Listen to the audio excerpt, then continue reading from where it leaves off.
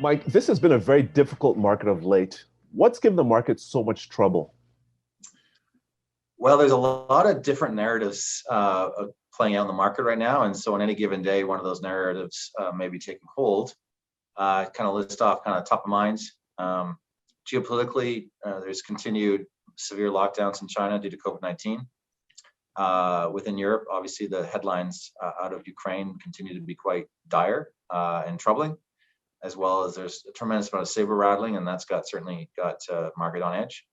And then from the more fundamental basis, we are in a situation where inflation is way, way, way above where it should be. You've got central banks that have done a complete 180 earlier this year in terms of policy, and I would argue that we're probably on the verge of a material slowdown in growth. So, it's about five. I just listed off five major headwinds to financial markets right now, and that's as a result you're getting quite a bit of volatility, intraday volatility, and day-over-day volatility. So given that backdrop, do you think that we're seeing signs of a more sustained pullback given all the risks and headwinds in the market right now? Well, let's go through maybe the asset classes. I think with fixed income, which has just kind of gone through one of the worst starts in 50 years, I think that's probably behind us.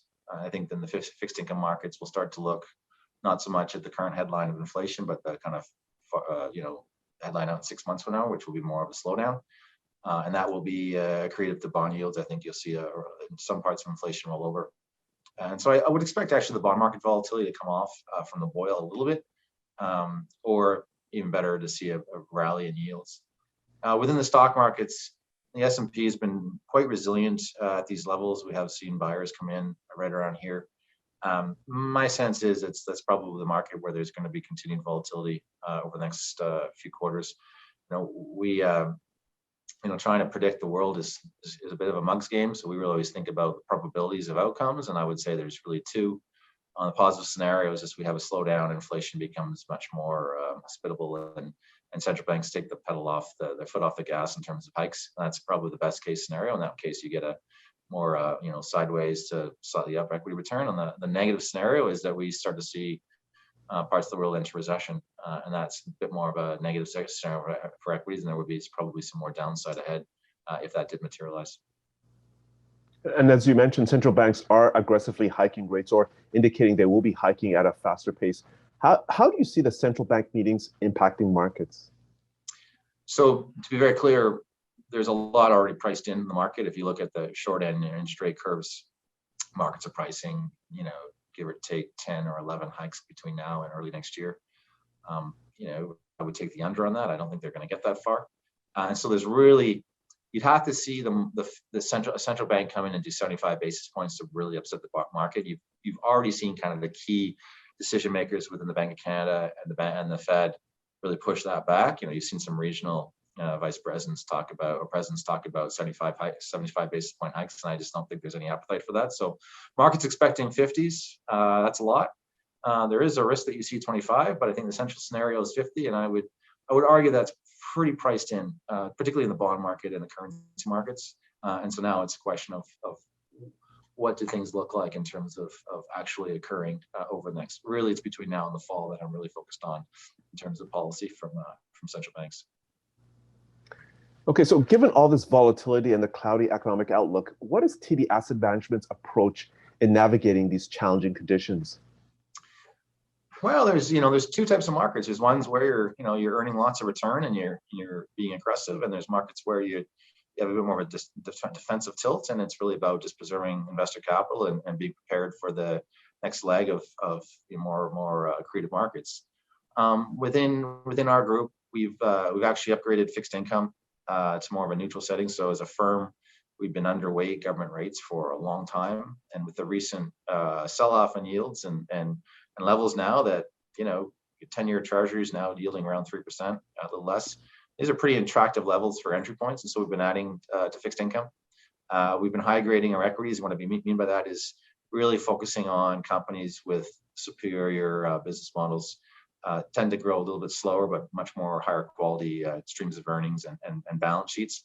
These are the firms that will tend to perform in a more topsy-turvy market, so reducing areas like small cap, really reducing exposures in Europe and Asia as they're quite really feeling the acute pain of higher commodity prices, and really focusing on North American equity as we think that probably the best place to perform over the next little while. So more of a defensive footing. Won't be forever, holding up more cash than we typically do, just to weather this bouts of volatility and ultimately be liquid and ready when our work indicates that the outlook is far more creative than it is right now. Thanks for that backdrop, Michael. When markets are rough and volatile, as you know, it's not always easy to keep a cool head. What are the most important things for investors to keep in mind right now? Well, these are markets where you can lose a lot of money if you get kind of swept up in the day to day, and you almost need be a little bit numb to the intraday swings, if you will, because there's not a lot of liquidity in the markets right now, and it's not taking much flow to create larger than normal price swings. So you really kind of have to ignore that noise. I would say again, what are you trying to achieve? What's your kind of longer term view? Are you buying things that that if they go down 5%, you'll be happy to buy more? Really have an understanding of what you're investing in, and really have a strategic mindset, and one that is open to the various probabilities that I've just laid out in terms of states of the world. So it's not easy. It's very challenging, but I think those would be my words of advice, and to really be cautious about getting chopped up. Talking to a neighbor the other day who invested in a company because based on earnings report coming in, and I'm like, that's a really dangerous way to invest if you really don't have a good understanding of the company, which you didn't. So these are things I like to say, like really think through what your investment styles are, and have a bit more of a longer term perspective on what you're trying to do. What will you be watching for over the next few weeks? Well, I think the biggest key right now is inflation. And nobody or very few people were calling for 7%, 6% inflation a year ago. Now there's many who kind of jumped on the longer, higher inflation kind of bandwagon. I think there are arguments to be made about a higher degree of inflation in the years ahead because of lack of commodity supply and the promises we're faced with, the problems we're facing with global warming and ESG. But let's just park that aside. Over the next 12 months, we would expect inflation to moderate, and it's really key to see that start to roll over. And that really sets a path for a much different environment in about 6 months than we're now. So really focus on inflation. I think that's really the key to a lot of things right now, and that's, I think, where the bulk of our focus is at this moment. Mike, thanks very much for joining us. My pleasure, Tony. Take care.